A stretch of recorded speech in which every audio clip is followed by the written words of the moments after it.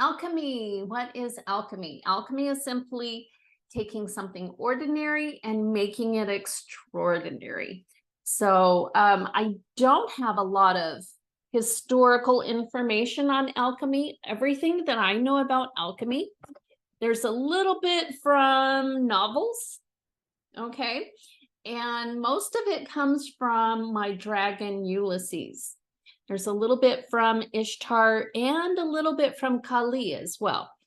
But this is all experiential information that I received through channeling.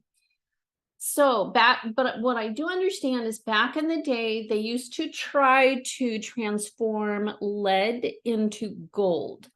So they would take a very common, ordinary metal and try to make it into something more valuable. So we can use alchemy for anything. You can use alchemy for your emotions. You can alchemize your emotions, and that's what we're going to be focusing on today. You can alchemize a relationship. You can alchemize your business. Anything. What my guides have told me, what Ulysses told me, is that anything can be the base material. You can take anything in your life, it's a base material. And so for you, Krista, you have this experience of having been kidnapped. That is great material for you to be able to alchemize. So here are the steps. These are the steps that I was given for to create alchemy, to alchemize what you would like. Number one, intention. You set an intention, and I'll be going over that next. And then kind of secondarily or after that is believe. You have to believe it works. This is true of all of energy healing. Belief is everything. All of the masters like Jesus and Buddha and the healers, the great healers, right? In the Bible, it says Jesus always said, he never said, there you go, I healed you. He always said, it's your belief that makes you whole. It's your faith that makes you whole. You did it through your own belief. So it's important for you to believe. Second is gather your materials. Third, combine the materials in proper amounts. 4, you're going to leave it alone to work its magic. 5, clear the debris. 6 is shine it up. And 7 is receive. So the first thing you're going to do is set your intention. And for alchemy, it's kind of like setting 3 intentions. There are 3 things that you need to be aware of, and we'll discuss this a little further as I go through the process. The first is, what do you want your end product to be? And so the example with Krista, you have fear. And so what do you want the opposite of that to be? What would you like to have instead of the fear? For Megan, you have this, and so think about this, Megan, and it'll help us by the time we get there. What is your intention with what came up for you? That there's this discord when it comes to you sharing your opinions or sharing things. There's this discord and people get upset and they attack you. So think about what you're starting with. You're starting with this situation that you don't want. We're going to alchemize it. So you want to know, what is the end product? What do you want out of it? The second thing is, what will you do with the debris? And we will talk about that when we get to that step. And 3 is, how will you direct the energy released? It's the alchemical reaction. It's a chemical reaction. Okay. And when you will have energy that gets released from it, which is really cool. All right. So I already talked about belief a little bit. You set your intention, and then you just make sure that you believe, you choose in that this is going to work. You gather your materials. The materials that you need are going to be your intention, your belief, the thing to be alchemized, which, as I said, can be it can be an entity, a relationship, it can be your business, it can be a belief, it can be a fear, an emotion, whatever that thing is. That's what's going to be alchemized. Then you need a catalyst, and then you need the container, which is the environment that you'll be using. So the container, when we're doing it today, we're going into the quantum field. All right. And the quantum field is the container. And you don't always have to do it in the quantum field. I do a lot of alchemy at the beach. And I'll explain why in a minute, why it's very, very effective for me to do it at the beach. The reason it's super effective in the quantum field is because the quantum field is everything and nothing. It's potential, it's creation. And so you have everything that you need there in the quantum field. So it can be a very powerful container for you to do your alchemy. Also, you don't have to be in the quantum field. You don't have to do the meditation in order to do alchemy, but it is very effective, and it is one of the ways that you can utilize the quantum field. So let's talk about the catalysts. What is a catalyst? The elements, this is what was shared with me, is that the catalyst is going to be element. And so you start with the thing that you're going to transform, and let's say that it is your fear. Then you are going to add a catalyst. Now, it can be the actual element. You can have air, might be something like essential oils, right? Or incense, something that has to do with the air. Fire, you can light a candle, light a match, and it can literally be fire. Water, you can have water. Earth, you can add earth. Ether, I guess would be intention or spirit, right? Something of spirit. So you can have the actual elements if you would like. Also, they are represented through these different ways. Air meaning mind. You might have a shift in perspective. You can add a shift in perspective to what you're experiencing. Your anger can be very powerful, very fiery, very powerful in creating a reaction. Water, tears. I do this all the time. You've seen me do this. I alchemize through crying. I cry it out.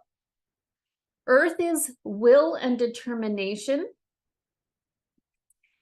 And then ether is love, simply love. Okay. And so these are the catalysts. When you add this to the thing that you're going to alchemize, there's a reaction, and the reaction is the alchemical reaction. So the next step is to combine in proper amounts. Okay. And so what are the proper amounts? You decide that. You decide that. Does it need a shift in perspective? Or you can combine, you can use one element, or you can use many elements, 1 or 2 or 3 or all. It's entirely up to you. The reason why I love the beach is because it combines all of the elements in one. I have the breeze is the air, the sun is the fire, the ocean is the water, the sand is the earth, and then there's that just high vibration spiritual energy from the ether as well. And so that's why it is such a great container for me to do alchemy when I'm walking on the beach, is because I have all of these elements. And then sometimes I add the other aspects of those catalysts as well. Anger, tears might come up. The shift in perspective, the will and determination, those might come up as well. So you're going to combine all of these in proper amounts. And then you're going to leave it alone, meaning give it time to work. Allow it to do its job. Sometimes it'll happen very, very quickly. And sometimes it takes a little bit longer. I have been alchemizing for 3 days now. On Monday I went and filed for divorce. And I have had some grief coming up around that. And so I want to alchemize the grief that I'm experiencing around the loss of my marriage. And I want to alchemize that into freedom and liberation and celebration. So I have been alchemizing it for 3 days. This one is taking a little bit longer. So the question is, how do I know when it's complete, when this process, this part of the process is done? The answer to that is that the catalyst is used up. All right. The shift in perspective is complete. You are seeing things differently. The anger fades and you're no longer mad. Tears are spent and you feel this sense of peace and conclusion instead. Will and determination turns to commitment. And what I mean by that, and I thought this is what I was thinking about on the beach, Krista, especially for you, because will and determination, that's the efforting. That is putting forth effort. We know that it takes effort to have willpower. Willpower requires effort. Determination requires effort. Commitment just becomes a standard. It's simply, okay, this is how it's going to be. We stop making decisions once it becomes a commitment. An example of that, and this is, okay. I'll give an example of it and then I'll come back to the don'ts, okay? So, an example of this is if I decided that I wanted to go to the gym every day, and I feel like that one is already shame-based. So I'm going to use the example of going on a morning walk. I know that it's good for my body, and I know that it's good for my soul. I know that it's good for me overall. And so the will and determination initially might be, okay, am I going to go on the walk or am I not going to go on the walk? I'm not sure, but I'm going to use willpower and determination, and okay, I'm going to go on the walk. So I get up and go on the walk. All right. There's a decision in there. It requires when there's a decision, it requires will and determination to choose the one that is going to be most beneficial to me. Once it's a commitment, there's no longer a choice. There's no longer a decision. It's a standard. And I love to go on a walk, so I get up and I go on a walk. All right. Now, here are the caveats, and I was thinking of Krista for this because I know Krista goes into that place of judgment. This is not for shoulds and have-tos. It's only for your desires. Okay? Which is why I let go of the example of going to the gym, because that one felt like a should or a have to. Oh, I really should work out a certain way, or I really should follow a certain diet, or I should do this, or I should do that. No, no, no, no, no. Because we're talking about conscious creation, this is only for things that you love. So I know that I love walking on the beach. And so it might take a little bit of will and determination to decide to do that every day, or to get up a little bit earlier so that it's not so hot when I get there right now. So there's a little bit of will and determination that comes in with the decision. And then I make the commitment. And the reason I make the commitment and it becomes a standard is because I love it. Okay. You're following your desires, not your shoulds and have tos. Okay, so you leave it alone until it's complete. I know that mine isn't complete yet because I'm still crying. I still have moments where the tears come up and I sit with it and I leave it alone. I just feel the feelings and I allow the crying to happen and just, I know it's okay. And when it's complete, then the next step is to clear the debris. All right. So when you have